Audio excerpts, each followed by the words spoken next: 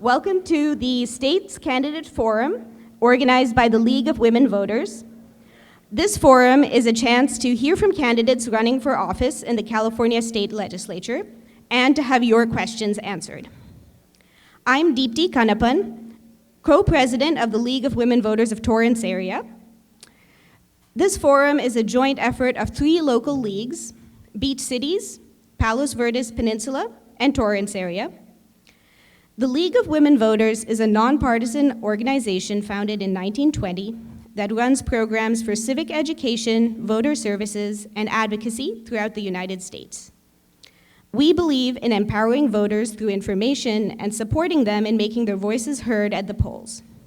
If you'd like to hear more about us, or even join, please talk to one of our volunteers or collect a brochure. During this event, we welcome your written questions for the candidates. Volunteers will be handing out index cards and pencils. So please wave to a volunteer if you have a question. You can return the card to a volunteer or bring it to the question table. On the card, please put the letter A for Assembly or S for Senate. There are a few important rules that apply to this forum, and we may remind you about them a few times during the evening. Campaign literature and materials are not allowed in this hall during the forum. That includes slogans on t-shirts and signs. Campaign materials are only allowed outside on the table in the lobby.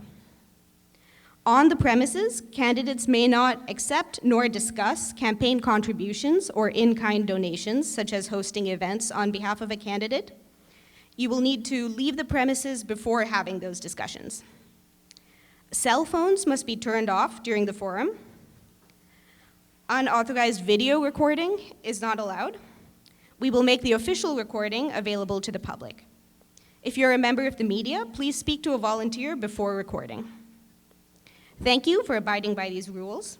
I hope you have an informative evening, and I will now hand over the mic to the moderator, Mary Ellen Barnes.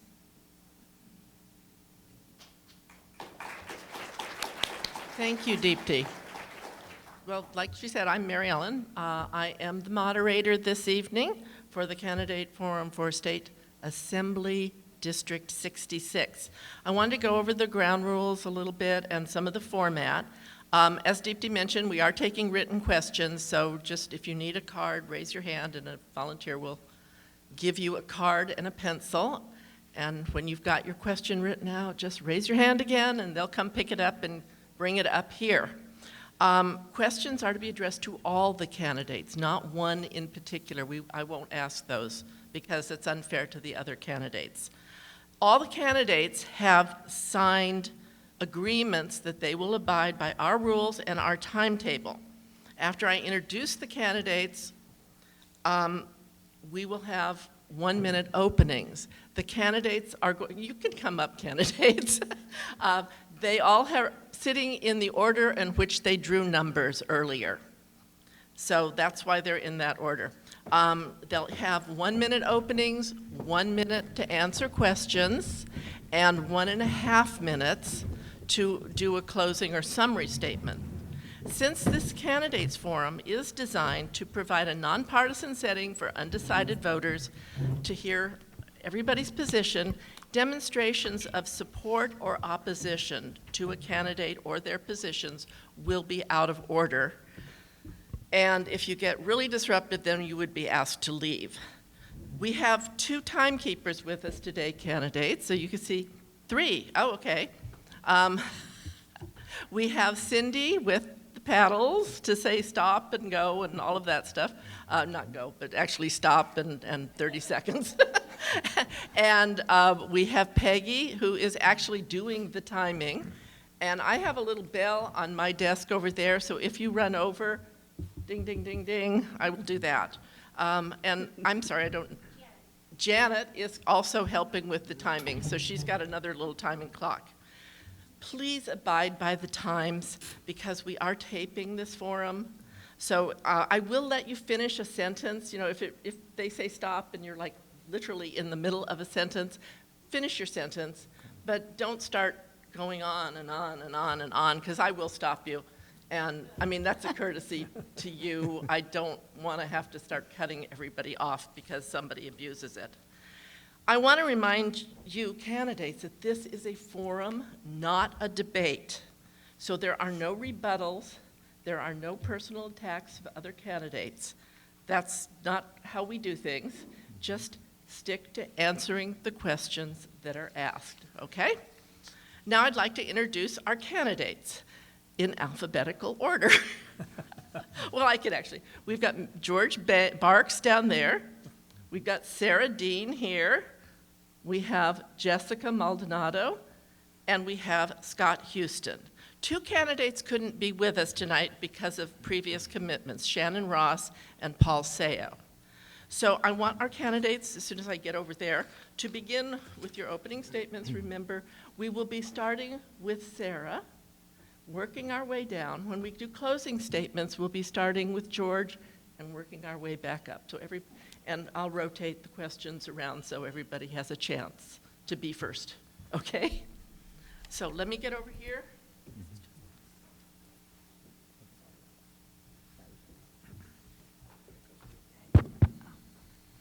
And Sarah, you can start with your opening.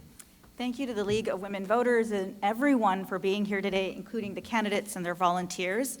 I'm Sarah Dean, president of the Palos Verdes School Board, and I serve on the board of SCROC, delivering career technical education in the South Bay. I also co-own and operate a single urgent care in Torrance. I'm a dentist and a proud mom of 2 El Camino college students. I came to politics very unexpectedly. Dentists don't run for office. I think they should.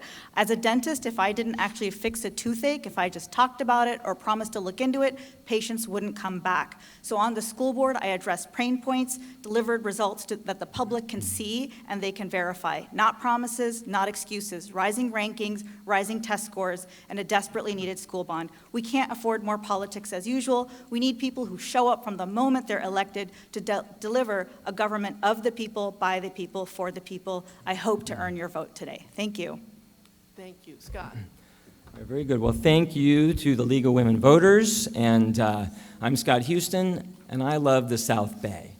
We value our local control, our independence, our consensus over division, our action and not delays, and respect for all.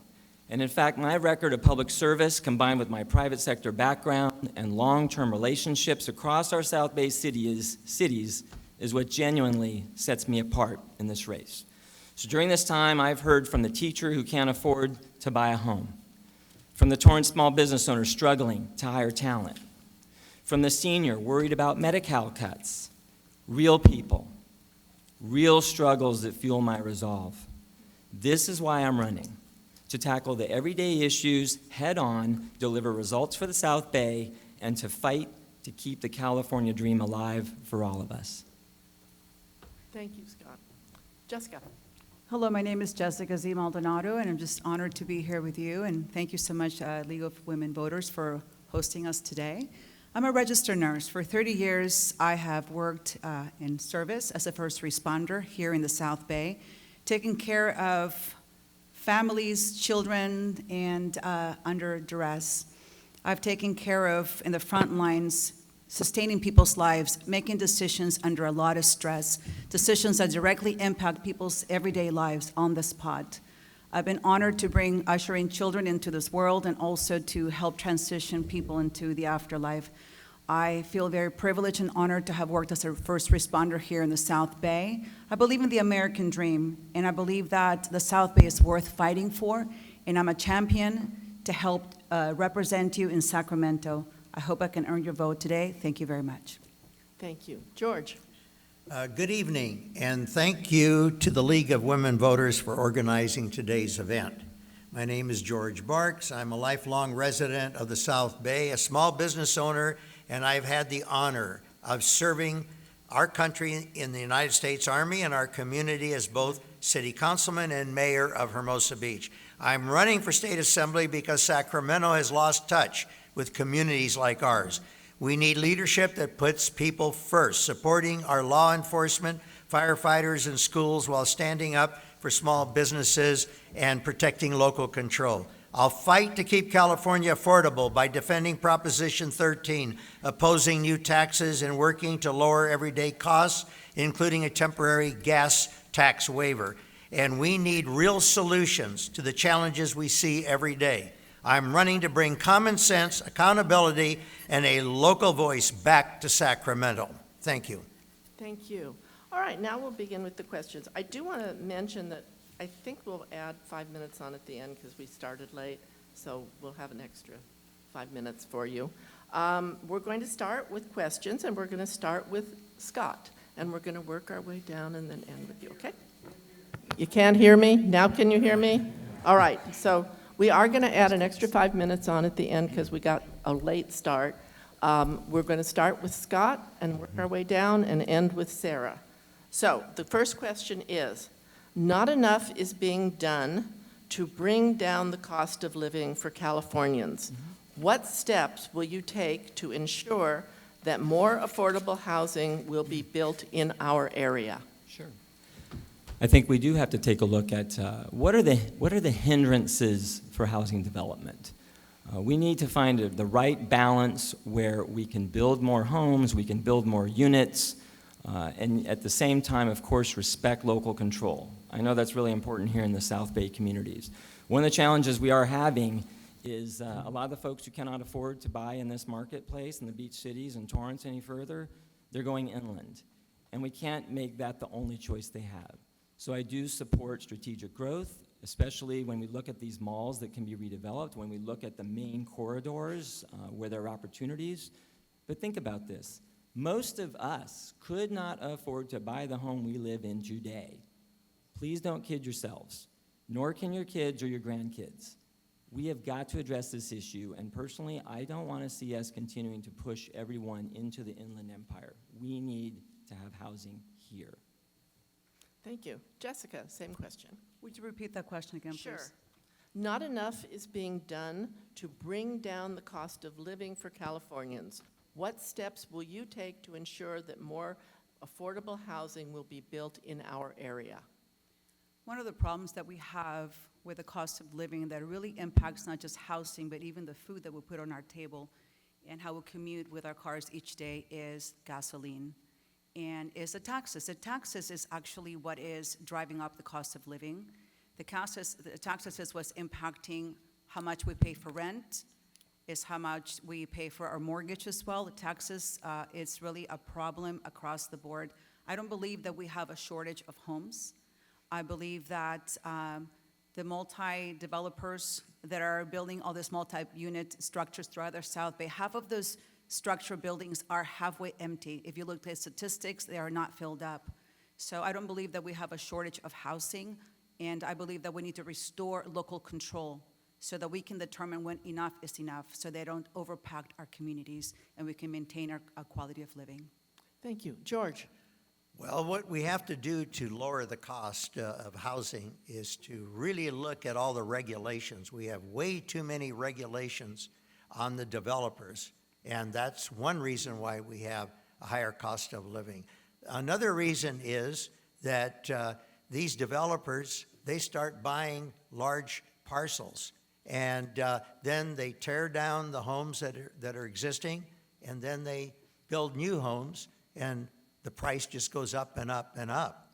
I support a proposal that our South Bay Cities Council of Governments has proposed, and this can happen in all regions up and down the state, where cities in that region come together and they form a joint powers agreement and they purchase these properties that are for sale to maintain those homes that we currently have, and that will help keep the prices down.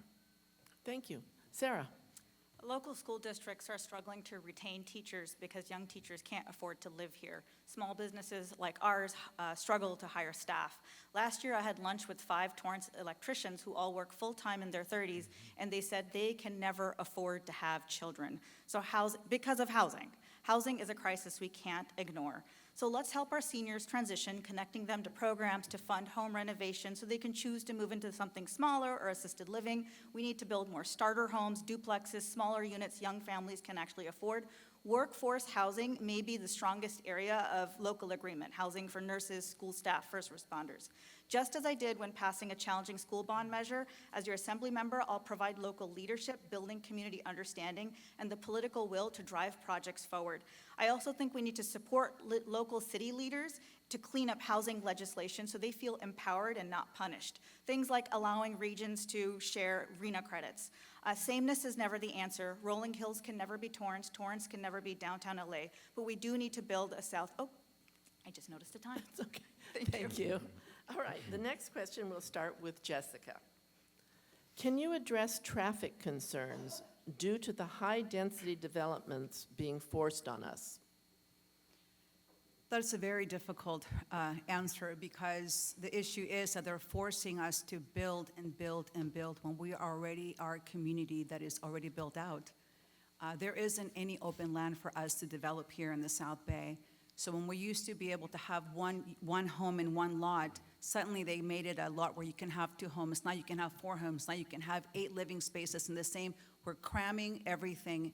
And so what's happening is impacting our schools and impacting our traffic. It's just density all across the board. And we really do need to relocate people. And I think that we can build homes in underdeveloped spaces throughout California. Only 5 to 7% of California is actually developed. There's a lot of open land where we can create new communities without overcrowding our communities. If we continue to build and build and build, traffic is going to be unavoidable. Great. Thank you. George. Very difficult question, and it really is a real problem.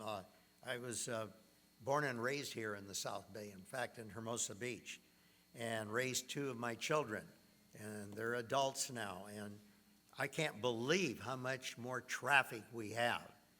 And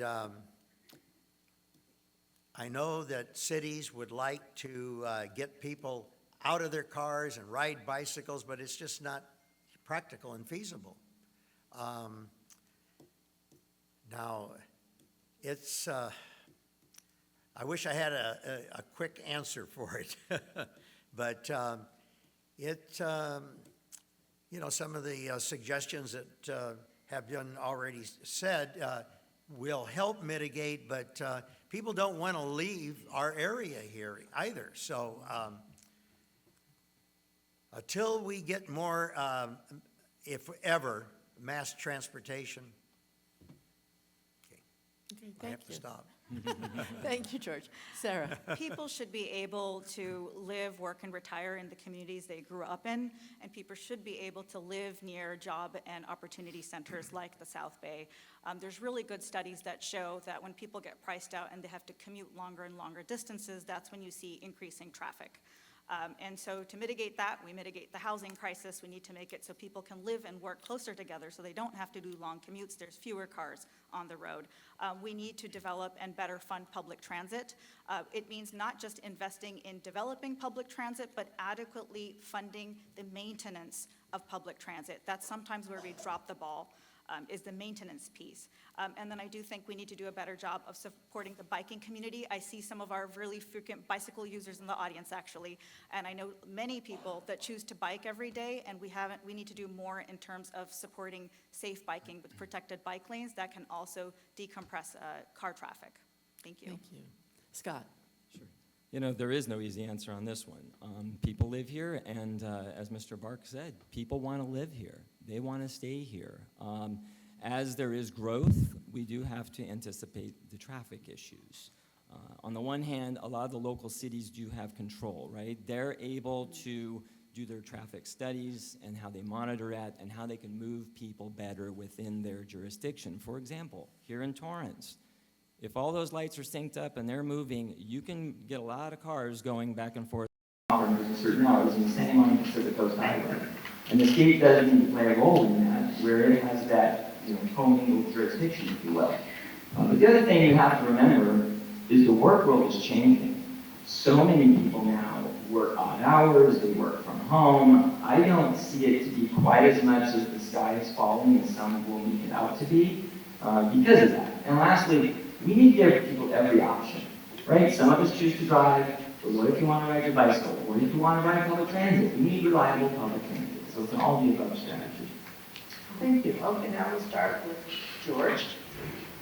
What do you think would be helpful in addressing the state's water issues?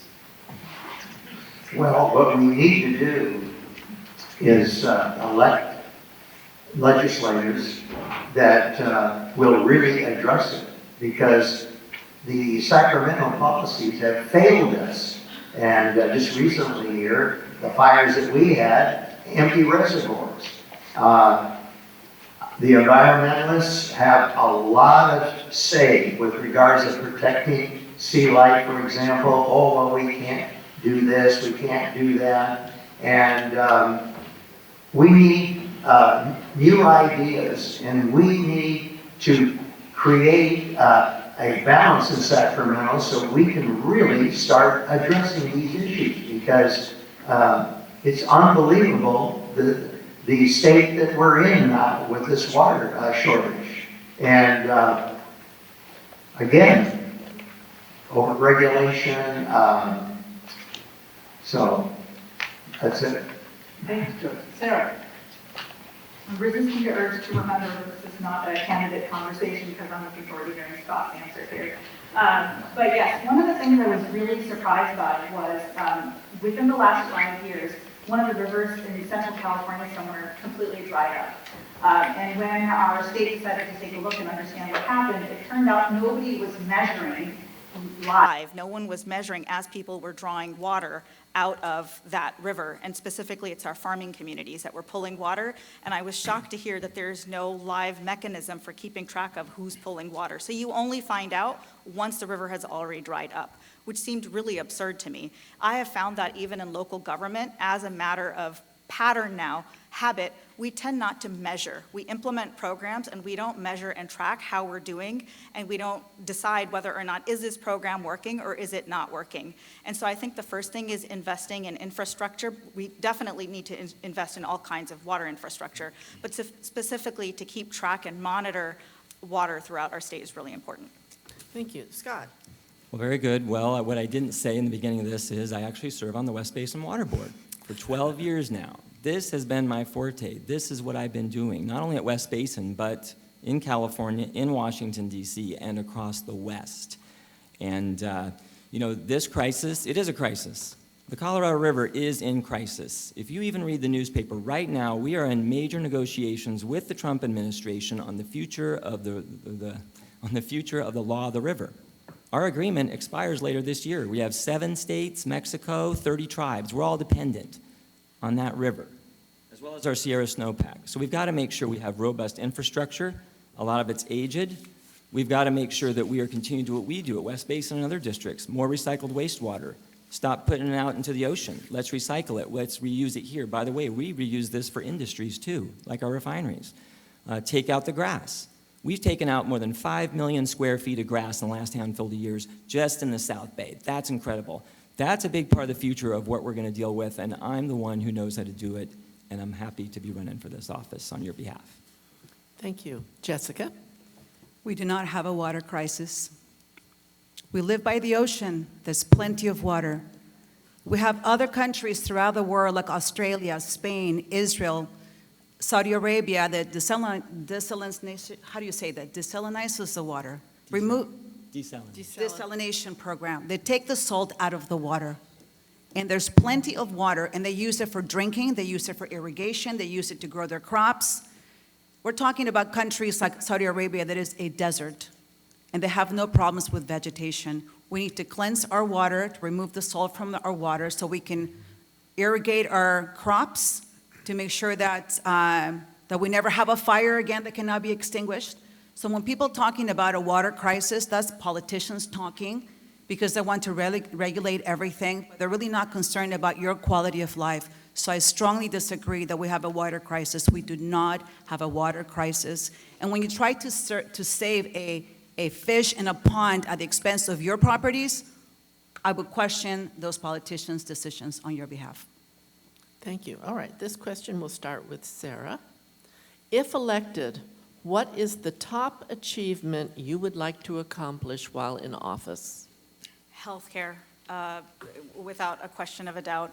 Anyone who's interacted with me probably heard me say, as a dentist, I got sick and tired of telling patients, this is what you need, this is what insurance will cover. Insurance should not be dictating treatment decisions. Patients and doctors should be deciding what to pursue. And insurance authorization delays are costing us lives every single day. Some people may think they have good coverage. Soon enough, you're going to have fewer doctors and shorter appointments because the insurance plans are incentivizing all the wrong behaviors. This is the first year we had an epic shortage of primary care residencies went unfilled, which means your next doctor is going to be harder to find than you think. HR 1's going to make it much harder for everyone else, even if you have good insurance. California must reimagine healthcare, and no ideas, whether Canada's single payer or Germany's unified financing model or everything in between. We should consider every single idea to return healthcare decisions to patients instead of the profit-driven insurance companies. There are no dentists in the legislature right now. Thank you. Scott? Can you repeat the question? Sure. If elected, what is the top achievement you would like to accomplish while in office? I think I'll name two, and one is water and infrastructure. I think that is also one of the most important issues facing not just California, but the West. And that's not just our aqueducts, but it's some of the other resiliency measures we're doing, looking at building more recycled wastewater plants, looking at building more desalination plants where that might make sense. You have to look at every option. But infrastructure also, our highways, our bridges. This is how the economy flourishes in any state. We need to make sure that we are ready for the future. This district on the north, we have LAX, just to the north of us. We have the Port of Los Angeles, just next door on the south end. Major economic drivers for this district. So those two are two of my personal issues. And the other one is the bureaucracy. I'm a small business owner too. I would be the first to tell anybody, it doesn't matter the party affiliation. This is an extremely bureaucratic state. And there is a group of us, myself included, we want to address that. And we need to make sure that we do. Okay, thank you. Jessica? There's a couple of things that I'm also passionate about that I really would like to pass through in legislation, but one of them, for start, is public safety. I believe that we all should feel safe in our communities, on our streets. Right now, we have defunded our police, and that is by intention. It makes us vulnerable and dependent, and the truth is, we should not be afraid to go down the street. We should not be afraid of someone breaking into our homes. We have such a high rate of crime right now, especially in the South Bay, with gangs, with Middle Eastern gangs, with Colombian gangs that are breaking into our home. I believe that we need to strengthen our police. We need to give them the resources that they need so they can do a good job. You shouldn't have to be waiting on the other line, on the phone, calling 911 when no one on the other end answering, when you are in desperate need of some help. So public safety for me is number one, and the other one is also energy.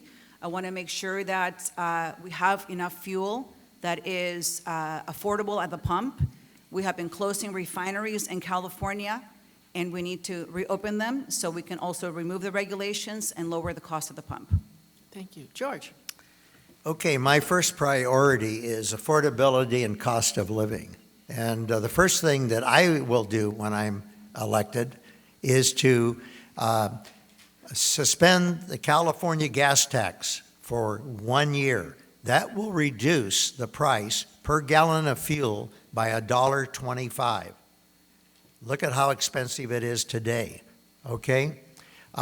Next, I would like to work very hard for renewable energy and nuclear energy because we really are short on energy, okay? And of course, which we talked earlier, the cost of housing. And we can definitely reduce the cost of housing by bringing people from both sides of the aisle together, smart people, and to really work on these issues and problems that we have. Thank you. All right, we'll start with Scott. Why should I vote for you instead of the other candidates? So we're all going to say wonderful things about ourselves. Look, I would just say a handful of things. I mean, I have been fortunate to serve in regional elected office for 12 years now, so I do understand how local government works. And At the West Basin Water District, we are a regional government. So I deal with multiple cities, I deal with the county, I deal with the state, and I deal with the federal government. So I have those relationships. Those are built in, and they're people I've worked with, and by the way, across the aisle. And I am super proud of that. I actually, I truly value that in this district. I mean, we've got industries like aerospace, we have refineries, we have other industries that these are not partisan issues. These are job creators, and I want to be a part of that solution. You know, my background is in public relations, my background's in manufacturing, so I've got a private sector experience and a public sector experience, and I know this district better than anybody else that's sitting up here, except for maybe George. Thank you. Jessica. I'm a registered nurse. I've worked in the South Bay for 30 years, bringing solutions and helping people through crisis. I love the South Bay. This is my home. And I'm not a politician, nor do I want to be. If you are happy with the way government has been making decisions on your behalf, then vote for another politician. But if you're ready for some fresh, new perspective, then vote for a registered nurse, for someone that really cares about your life, that cares about your family, that cares about your children, that cares about everything that it has to do with your life. Because if you know nurses' hearts, our heart is to love and care for people. And we sacrifice our lives every day on the front lines. And we put you first before ourselves. And that's been my life's history. I'm also a missionary. I've traveled the nations for 30 years preaching the gospel and doing works of compassion, water wells, feeding programs, sending kids to college. Education is a very important aspect of my race. I want to make sure that children in America get the very best education possible because they deserve it and because we have the funds to be able to educate them and to give them a future that they deserve. Thank you. Thank you. George. Okay, you should vote for me because I'm a former councilman and mayor in the city of Hermosa Beach for 12 years. I know local government. I've been a businessman all my life, and I currently have a small business. So I know how to operate a business efficiently. And so I know the government, how we have to deal with the government and the public sector. And I have a track record in Hermosa Beach of bringing people from both sides of the aisle together. And we accomplished so much. And we need to vote for policies now and not parties. So Democrats and Republicans, vote for policies. Vote for George Barks. Thank you. Sarah. I do think having experience implementing state legislation is important. When you're serving in these local seats, you really see how sometimes Sacramento does not think through the downstream impact. So I think that's an important approach or experience to have. Secondly, as a dentist, my priority was always patient care. And secondarily, you don't want to get sued and you don't want to be wasteful. But those should be secondary considerations. The taking care of human beings should always come first. And that's how I approached my school board role. And right now, in a lot of policy spaces, it feels like we've dehumanized them completely. It's all about litigation and risk management. I have a track record of courage. I got doxxed 2 years ago. It's not fun. And then the person who doxxed me insisted on meeting with me. And I met with that person. They decided they wanted to record it as well. I haven't seen the recording. But I'm someone who has a record of being courageous. I'm not just promising to be courageous. I don't think raising kids is the most important thing on earth, but I think it's an important perspective. I have a daughter that just turned 18, so I understand the challenges young people are facing. Thank you. Jessica, we'll start with you. If elected, what education issue would you like to work on? The education issue that I would like to work on is graduating K through 12 youth that can read and can write at grade level. Right now, we are the 38th percentile in the nation. I remember when I was young and I went to school here in California, we were the top 5 states in the nation in education. Right now, we're failing our children in California. That's absolutely unacceptable. I think that school district is prioritizing, unfortunately, in some other courses that take away from them focusing on the right courses that the children should be learning. How to read, how to write, civics, how to love their nation, how to embrace who they are, their identity, how they were born, how their God-given gender and sex that they were born with. I believe that we need to remove that indoctrination out of our school system, and we need to leave that up to the parents. The parents should be focusing on training their kids about their sexuality, their spirituality, and their sex education, right? That should not be up to the school to cross that line. Thank you. George? Okay, education is extremely important, as you all know this.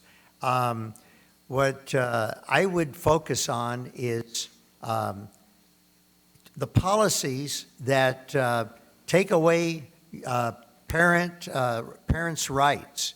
We really need parental rights strongly, and on top of that, with this AI now that we are all having to address, and AI, whether we like it or not, is here to stay. We need to educate our young people for jobs that they use their hands, because AI is going to reduce, the number of employees that we're going to have in the nation. So, Okay, thank you. Sarah? First, we have to raise the base funding per student. We never fully recovered after the recession. Retirement obligations have compounded, are really putting a lot of pressure on districts, hurting staff and students. Secondly, special education is unfairly and chronically underfunded. Educating a kid with the IEP generally costs twice as much, and our funding formula does not match. Third, we must reinvest in the educator pipeline, reducing the cost of becoming credentialed and focusing on real professional development, not just compliance training. Fourth, communities work so hard to pass local school bonds, and then the state review adds a lot of cost and time. We've got to streamline that process without compromising safety. Fifth, education policy should be driven by student outcomes and not political agendas. We need to realign K-12, trade schools, community college, UCs with today's job market so that every kid has a real diverse opportunity to thrive without crippling debt. I serve as school board president in Palos Verdes and on the SoCal Rock Board, as I mentioned. During our time, we improved our state rankings, our academic scores, passed a local school bond measure by focusing on what matters most and not culture wars. Thank you. Scott? And my priority, too, on education would be we've got to get the funding right. And that is one of our biggest challenges. It's extremely inequitable across this state as to how that formula works. And we are seeing that right here in our communities. I don't want to go against Torrance for a moment, but obviously the beach cities. The beach cities are always struggling. Look at Manhattan Beach. They just had to send out layoff notices to a batch of teachers again. I grew up in public schools. I value public schools. I went to West High School right over here in Torrance. But we have to make sure that these kids are ready for the future. I also agree with what was said by one of my colleagues up here. We've got to train them with a myriad of skills. Not everyone is college bound, and that's okay. We've got great community colleges, we've got great trade schools, we've got unions, we've got a lot of other sectors like the water industry and utilities. We need workers. We need people that are smart and cognitive, but they also are adaptable and they want to work with their hands, and that's a big part of the future too. So those would be some priorities for me. Thank you. Thank you. Okay, with this one, we'll start with George. George? yes. Okay. Yeah. Just want to make sure you hear this. What is your view of the continued use of hydrofluoric acid at the Torrance refinery, and what will you do if elected? That's a good question, because I know most Torrance residents are very concerned about this, and that has the potential of creating a very serious hazardous condition. Again, I'm not an expert in that area, in that field, but we definitely need a refinery. We cannot continue in the next 50 years without some fossil fuels, but we have to make sure that these refineries are going to be as safe as possible. And I know it's a controversial subject. And again, I would bring smart people together that have expertise in that field and will support reforms necessary, and if it means they can't use it, I will support that. Okay, thank you. Sarah? Just yesterday, I was having a conversation with one of our emergency physician doctors who serves on the disaster preparedness team for one of the large healthcare organizations here, and he was talking about his understanding. He's visited the Torrance refinery and feels that the continued use of MHF puts South Bay residents at great risk. And that's why I did sign the pledge to work with the community to phase out MHF, but we're not talking about shutting down the refinery. I also understand that a lot of people in South Bay rely on the refinery for jobs. Those jobs are some of the few that give you a viable pathway towards home ownership, so that's not lost on me. So I think my next step would be, I have not visited the Torrance refinery yet. I've requested a meeting, and I would like to hear from them and understand their point of view and see if we can find a shared pathway forward. I've done some really difficult things on the school board, moved really difficult balls across the finish line, like passing a local school bond measure and talking about things that are very difficult to talk about. So I think I've got the chops to do it, and I look forward to fulfilling that commitment to the community. Thank you, Sarah. Scott? I think we all understand how important the Torrance refinery is to this community and to this region. Just like the Chevron refinery up the street is, and the handful of others that are still here, by the way. So we're losing 2 refineries in the state of California, and that is purely supply and demand. There is no doubt about it, gas prices are going to go up. We lost one here, we're losing one in Northern California. First of all, we cannot afford to lose another refinery in this state. We do need to hold the Torrance refinery accountable. I think another thing you have to recall is that is now owned by a new owner. It was ExxonMobil who previously owned it, and they did have a track record that was not the best. In this particular refinery here, they've made great strides to make it safer. So I'll support every effort to keep it safe and make it safer, but I'm not going to go down the path to where we lose another one. We have to be really cautious in how we address this. Thank you. Jessica? I believe that we need to have clean air in a safe environment, and we do need to explore what other options we have in order to make sure that we do not pollute the atmosphere. However, I also do support that refineries need to stay open. Currently, California provides 25% of the oil that we need. We import 75% of the oil from other states and from other countries. As a result of that, the cost of gasoline is very expensive because of the transport. Imagine bringing oil from Saudi Arabia. How far does that tanker have to travel in the ocean to bring all that fuel to us? It costs the transportation, the fees, the taxes. It's just a disaster. We have the oil that we need here. We have the fuel that we need here under our very own soil. We need to pump it safely, protecting our environment, but we have enough gasoline here in California to meet the needs of Californians. And so, yes, I do support that we need to find a safer way to protect our environment, but also keep our refineries open. Thank you. Okay, we'll start with Sarah. What will you do to advance public financing of election campaigns? Ooh, that's a good one. Campaign finance remains one of the, probably it is the single most worst part of our politics right now, especially with the Citizens United decision. I'm particularly interested in hearing what happens in Montana this year. Montana has a ballot measure to see if they can, because states have jurisdiction over what corporations can and cannot do in their borders. So I'm interested in seeing if Montana will be successful in passing that ballot measure, which would help them mitigate Citizens United, which probably will have the most impact in addressing the money in campaign finances. I think the second piece that I'm most interested in is pursuing ranked choice voting, because that also opens up the field beyond a two-party control. And then I'm very much open to publicly financed campaigns. We've seen across the country how they level the playing field and allow a wider breadth of ideas to come to the fore in important elections. I do think campaign finance reform is the most, I'm surprised you got a question about it, because it's unfortunate that people don't ask that more often. It is the most important issue of our time right now. It is very. Thank you. Scott? Sure. You know what, running for public office, I think one of the most difficult things for any one of us is the fundraising part. And not any one of us either would lie to you and say this is fun or easy. It takes a lot of money to run these campaigns. To run in the state assembly seat and be viable, you probably got to raise $500,000. So you think about that.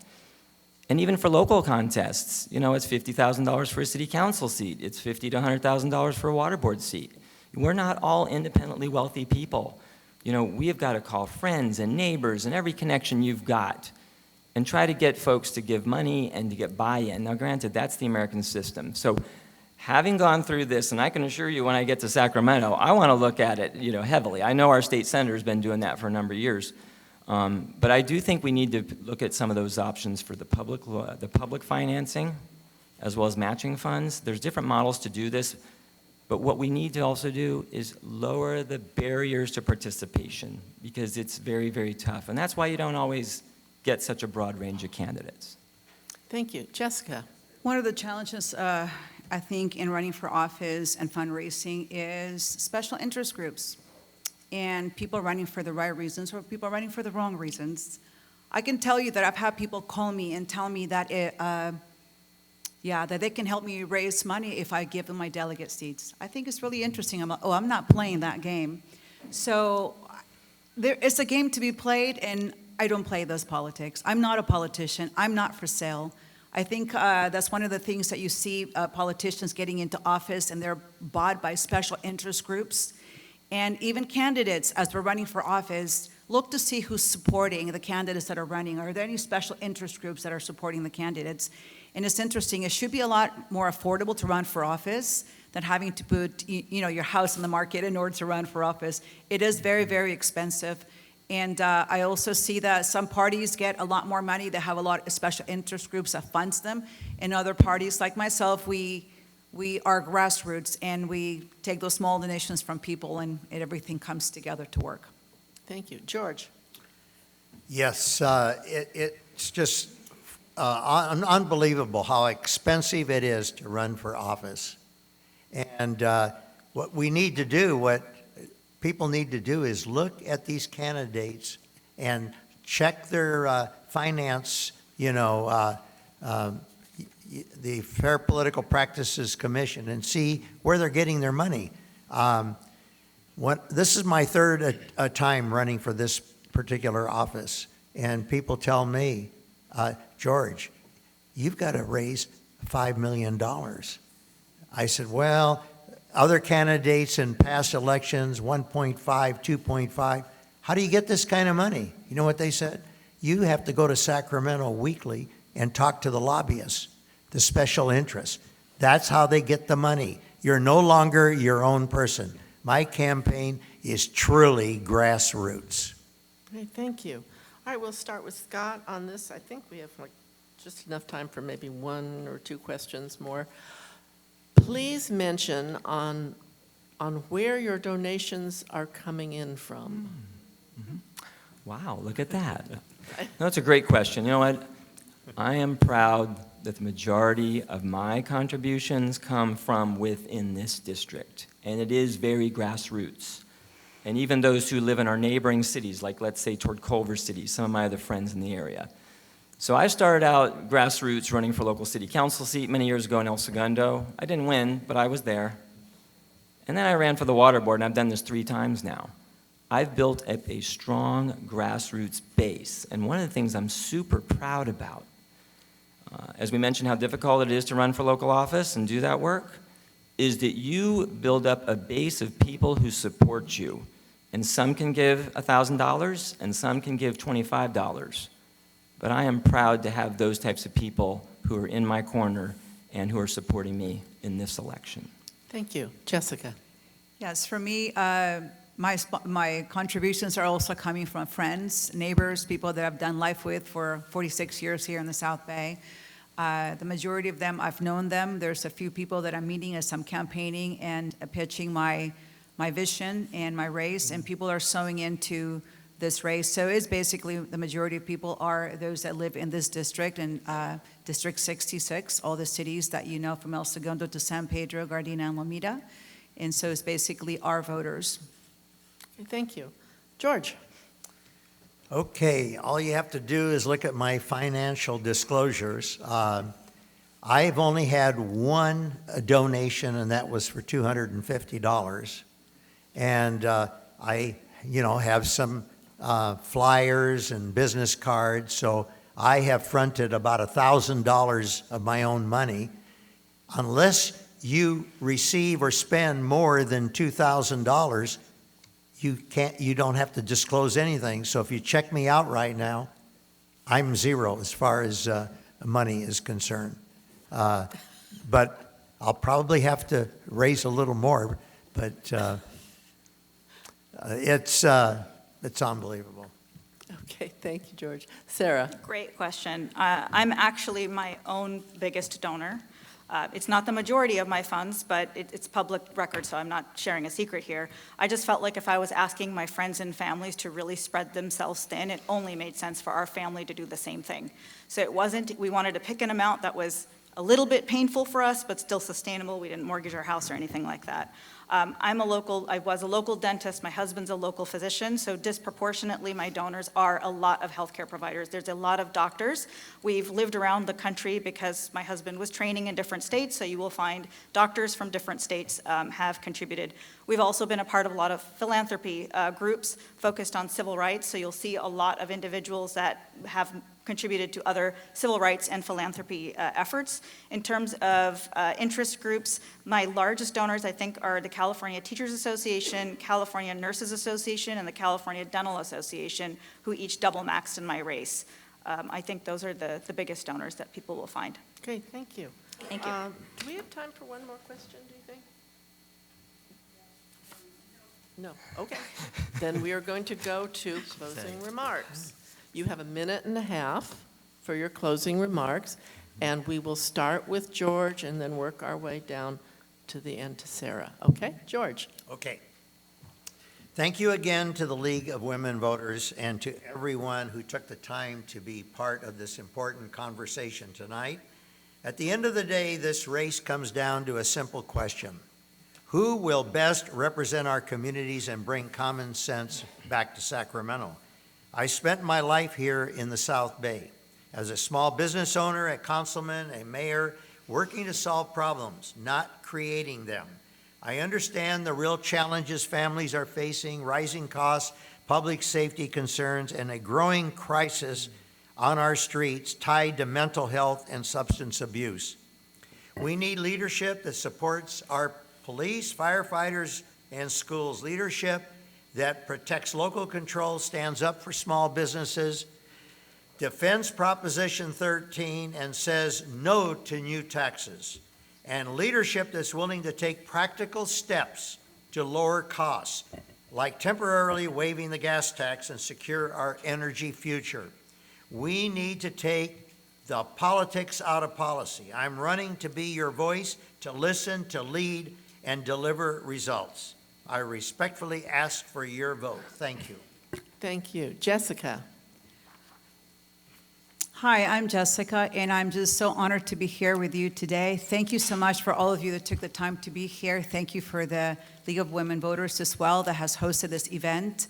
I am running on parental rights, restoring education, cost of living, immigration reform, make sure that our communities are not overcrowded, to restore the power back to a local government, because Sacramento is telling our local government what to build, how much to build, and is overcrowding our communities.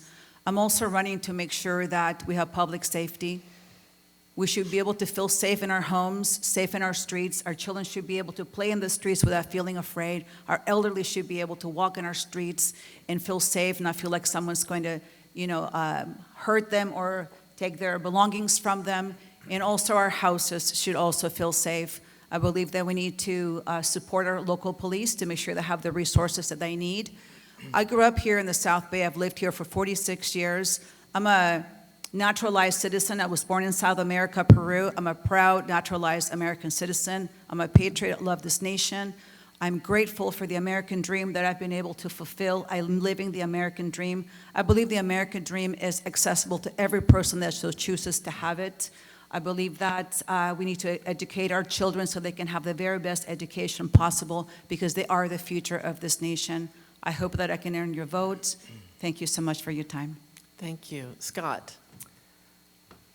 I can look every one of you in the eye and tell you that I know this district like the back of my hand. And no other candidate can compare to the long-term public service and results that I have delivered in this district already. My expertise in water infrastructure has brought me to the front lines of droughts, landslides, wildfires, and rebuilding in the aftermath. I've proudly been the only elected official unafraid to demand accountability for harassed water district workers. And I'm going to bring that same level of care to you as your representative in Sacramento. And don't just take my word for it. Go to my website, scotthouston.org, and see for yourself. I am humbled to have the most local endorsements of anyone in this race, 3 times more than all my opponents combined. These are leaders you trust: city, school, police, business, fire, and civic leaders. And this overwhelming support comes from my proven leadership over the years here. So when elected, your needs will always be first. I'm Scott Houston, and I humbly ask for your vote to represent you in Assembly District 66. Thank you. Thank you. Sarah? Thank you again to the League, tonight's volunteers, the candidates, and the audience for being here. Currently, there are 0 dentists in the state legislature, and soon enough, only 1 doctor. We're heading into a worsening healthcare crisis that will impact everyone, even those of you with good insurance today. We need lawmakers who understand what it feels like to look a patient in the eye and solve their problem, not manage it, not study it, solve it. It's a different way of thinking, and Sacramento needs it. Our children are inheriting a perfect storm: housing they can't afford, crippling college costs, and a K-12 system that isn't best preparing them for the jobs that actually exist. As a school board president, SCROC board member, small business owner, I'm uniquely positioned to realign public ed with tomorrow's opportunities, ensuring every young person has a fair chance at thriving, which is the best way to keep our communities safe. I'm not a political party insider. I've spent years working across conflict, finding areas of mutual agreement, and building public and political will to actually deliver. That's how we passed a local school bond measure when many said it was impossible. I believe in government of the people, by the people, for the people. No cronyism, no backroom deals, no elevating the well-connected over the most effective. Cronyism is really killing our state right now. I have a public record of results and courage. I'd be honored to earn your vote on June 2nd, and I hope to connect with each and every one of you in the weeks ahead. Thank you so much again. Thank you. Thank you all. This concludes our candidate forum for the State Assembly District 66. We're going to be taking a short break, come back at 6:45 to do the Senate District. Yes, you can applaud now.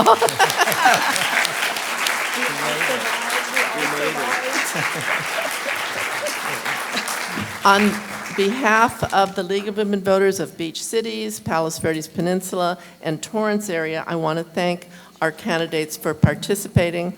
We could not do this without you, obviously, and you did a great job, all of you. I want to thank the City of Torrance for doing this venue for us, and for Torrance Community Television for taping it. Thank you all for attending, and this forum is now over. See you in 15 minutes. It's a good crowd. Good job. You did a good job. What's that? Oh, yeah, we did. Yeah.